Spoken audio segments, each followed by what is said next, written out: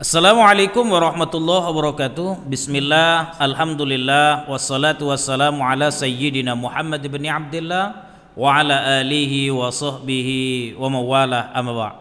Segala puji bagi Allah Azza wa Jalla, salawat dan salam atas Rasulnya Nabi Muhammad sallallahu alaihi wasallam. Semoga kelak kita akan mendapatkan syafaatnya. Amin ya rabbal alamin. Para pemirsa TV MUI Medan untuk Medan dan umat, hari ini podcast bersama dengan saya Rahmat Hidayat Nasution. Kita akan berbincang terkait dengan masalah samakah antara uang belanja dan nafkah. Dengan narasumber kita hari ini adalah Ibu Asmawita ya, Ibu Asmawita LCMA ya Bu ya, Ibu Asmawita, Ibu Hajah Asmawita LCMA dari ini Ketua Komisi Perempuan, Remaja dan Keluarga MUI Kota Medan. Para pemirsa, kita sapa terlebih dahulu Ibunda Hajah Asmawita LCMA. Assalamualaikum Bu. Waalaikumsalam warahmatullahi wabarakatuh. Iya, sehat ya Bu ya. Alhamdulillah. Alhamdulillah. Baik, para pemirsa, ini kan sering ya jadi polemik itu antara terkait dengan persoalan uang belanja dengan uang nafkah.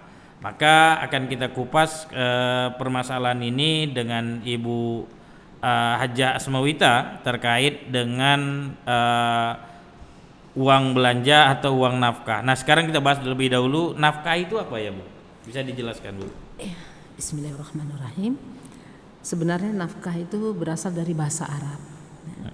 Jadi asal katanya dari kata kerja anfaqa yumfiku, yang artinya kalau dilihat di dalam kamus bahasa Arab, artinya mengeluarkan sebagian dari apa yang dimiliki oleh seseorang, atau mengurangi apa yang dimilikinya untuk suatu keperluan.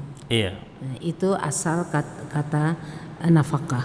Nah, jadi kemudian kata nafkah ini sudah menjadi bahasa Indonesia di masyarakat kita, di masyarakat Indonesia, yang biasanya kata nafkah ini orientasi atau konotasinya adalah kewajiban ya, baik itu kewajiban secara umum kepada setiap muslim untuk mengeluarkan sebahagian dari rezeki yang diberikan Allah kepadanya untuk dibagikan kepada para fakir miskin dan lain-lain yang membutuhkan. Iya, baik, terkait dengan ini Bu, ada istilah di Indonesia ini kan uang belanja.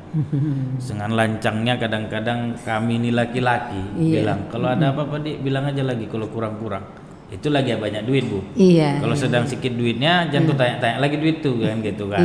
Nah, berkaitan dengan masalah ini, kalaulah suami bilang seperti itu, dia udah kasih nih per bulan katakanlah 5 juta, lalu dia bilang kalau perlu apa-apa bilang aja lagi gitu. Apakah ini menunjukkan sekedar uang belanja yang pertama, ataukah sudah termasuk nafkah?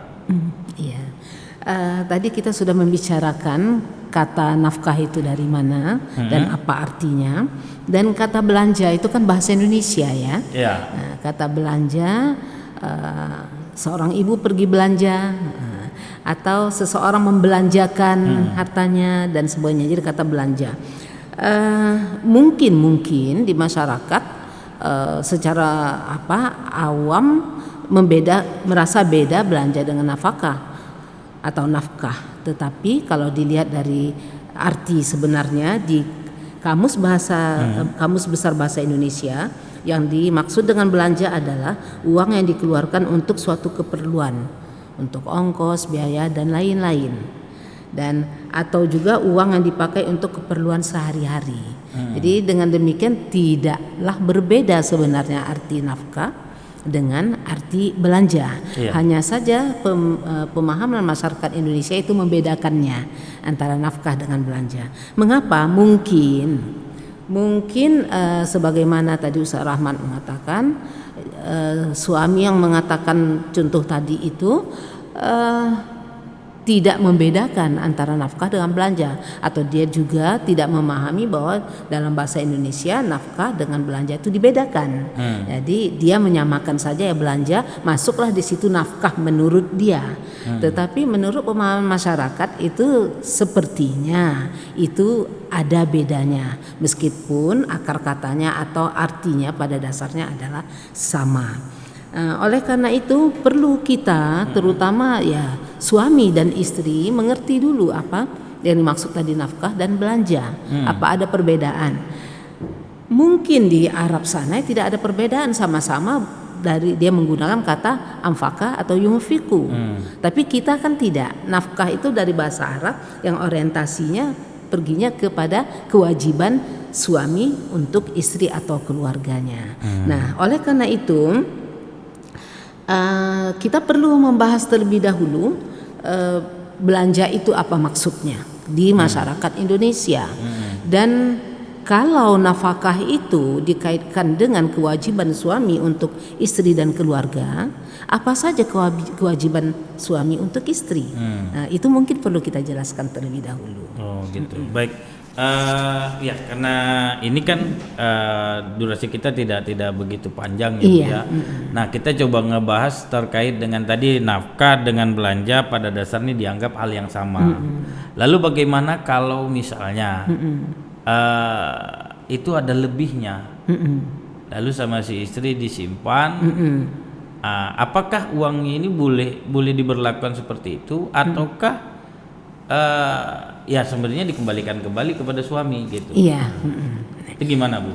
Iya, tadi sebenarnya nafkah itu artinya seperti saya katakan tadi bahwa membelanjakan atau mengeluarkan.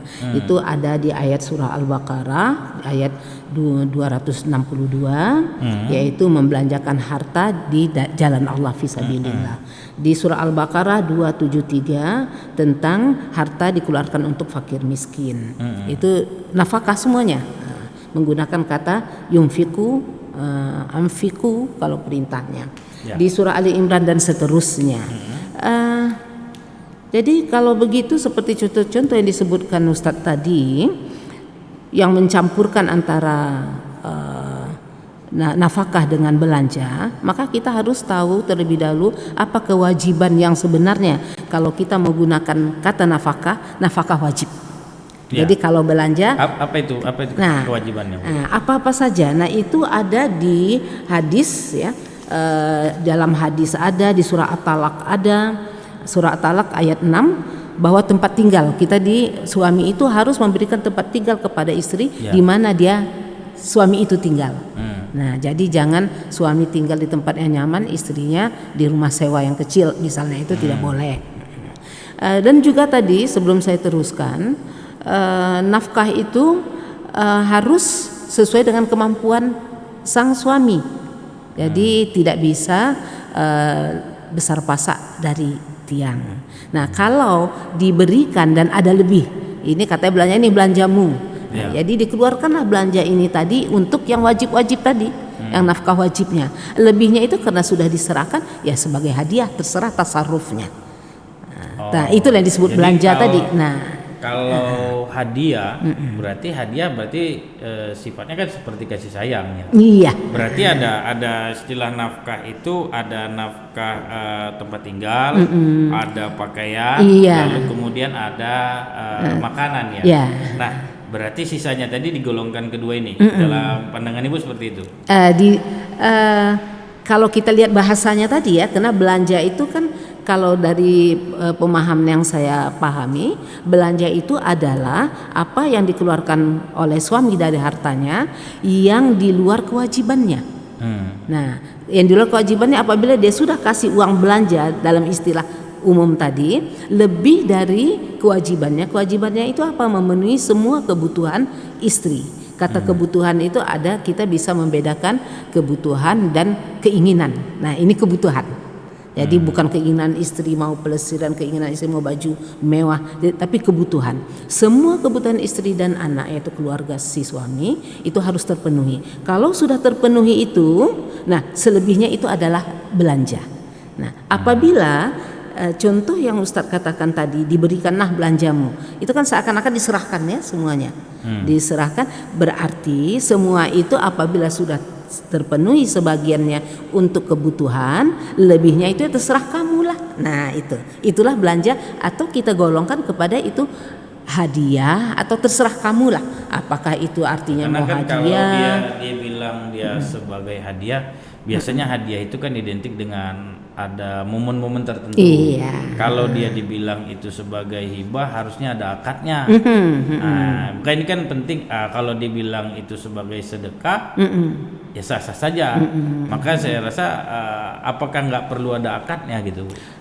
Kata-kata kita, karena kita menggunakan bahasa dan kebiasaan kita, Ustadz, dan di situ ada kata-kata terserah kamu lah mau diapakan, ya terselip di dalam penyerahan harta nafkah tadi, lebihnya terserah kamu. Mungkin tidak dicetuskan seperti itu. Nah ini pandai-pandai kamu lah, atau kan sering juga begitu ya.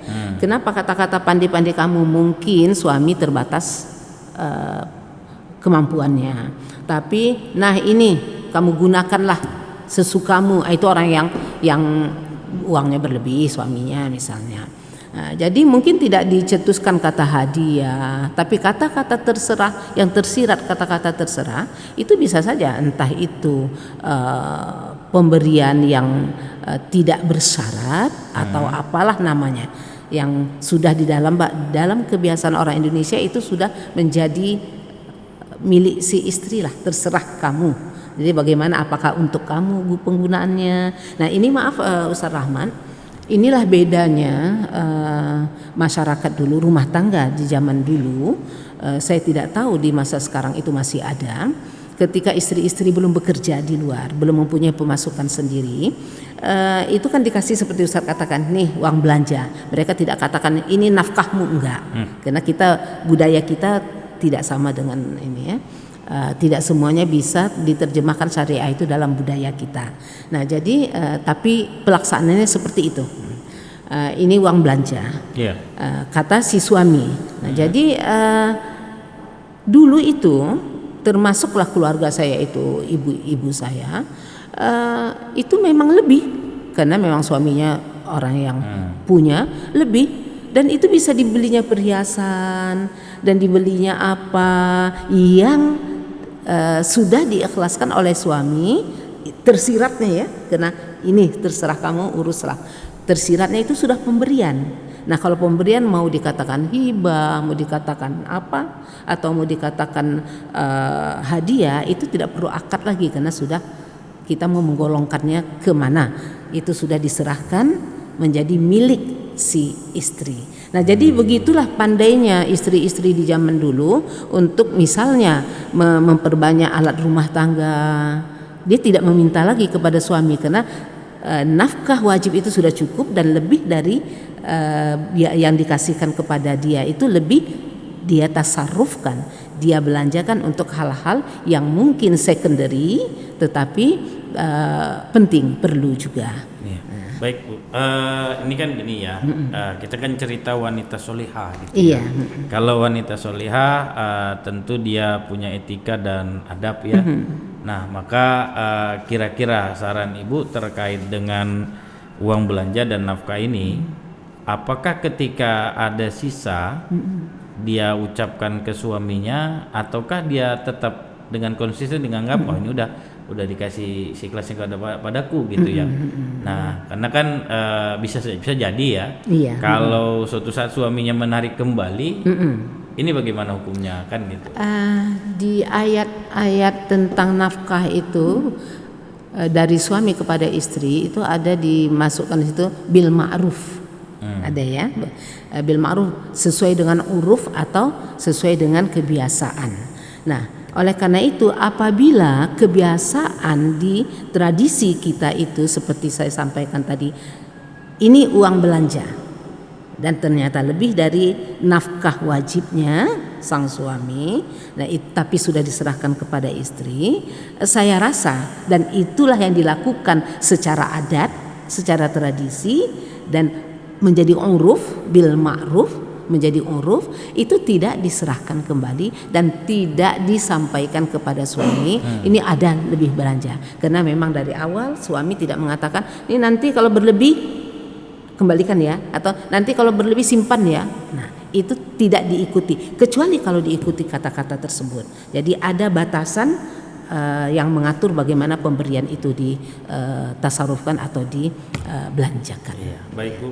Karena waktu kita terbatas sehingga kita tidak bisa untuk berdialog lebih panjang lagi.